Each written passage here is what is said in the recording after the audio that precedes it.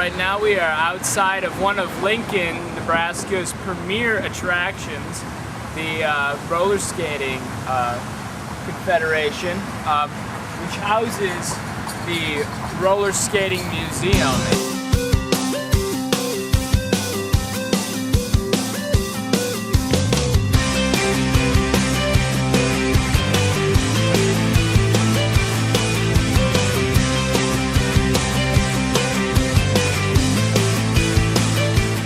So we're in the museum now, and the National Museum of Rollerskating's mission is rollerskating is a shared experience of many generations of Americans as a recreation, sport, and commercial enterprise. The National Museum of Rollerskating is committed to enriching the experience of roller skaters by increasing their understanding and appreciation of its rich history and accomplishments, to extending public knowledge of these past events, and by preserving this legacy for future generations.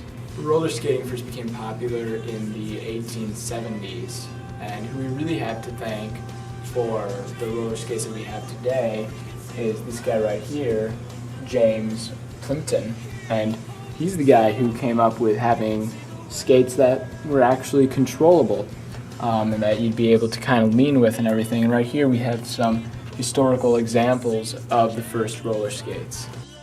Roller skaters, they were the height of fashion. Here's one of the original inline skates. It's an example of the first patented version of them.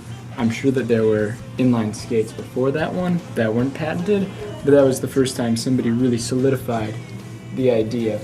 Roller skaters get the babes. So right here we have some examples of some odd and unusual skates. As you can see right here, we have off-road rollerblades, which are pretty interesting.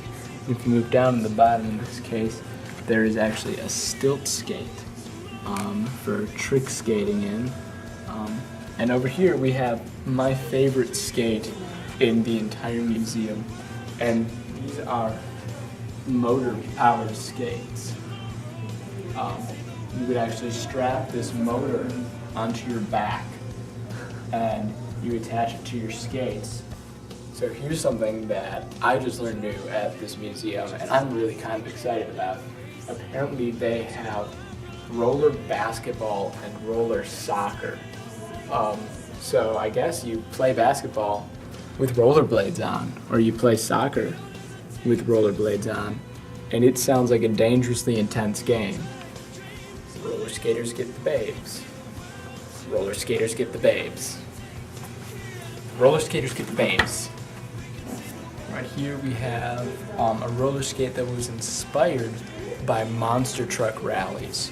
And what people wearing these roller skates would do is they would get lots of other normal roller skates and roll over them and smash them, just like in a monster truck rally. Continuing with the evolution of the roller skate to a roller blade, Heelys and gliders were developed. And gliders are basically Heelys with an extra wheel over the ball of the foot.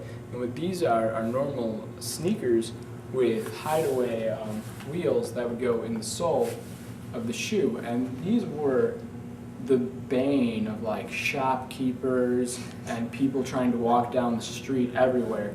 Because what you would normally have with these were like pre-teens who really thought that they were badass when they'd be rocking their Heelys. And so they would just be on the sidewalk or in the mall just freaking out of control with these because they aren't rollerblades. They don't have the control of rollerblades. They're a bastardized sneaker. And these little kids would just be shooting around and they'd just slam into you. And you would want to like knee them in the face as they went by, but they were little kids, so you couldn't do that. Yeah.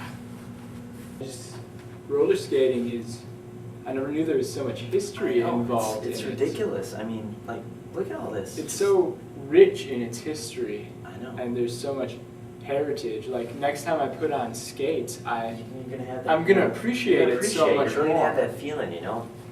It's not just a, you know, it's not just a fun. Yeah, it's so much more. So much more than just the roller skates. You're gonna feel it here. Turn the quiet up, turn the noise down. Let this old world just spin around. I wanna feel it sway, wanna feel it sway, and put some feel good in my soul.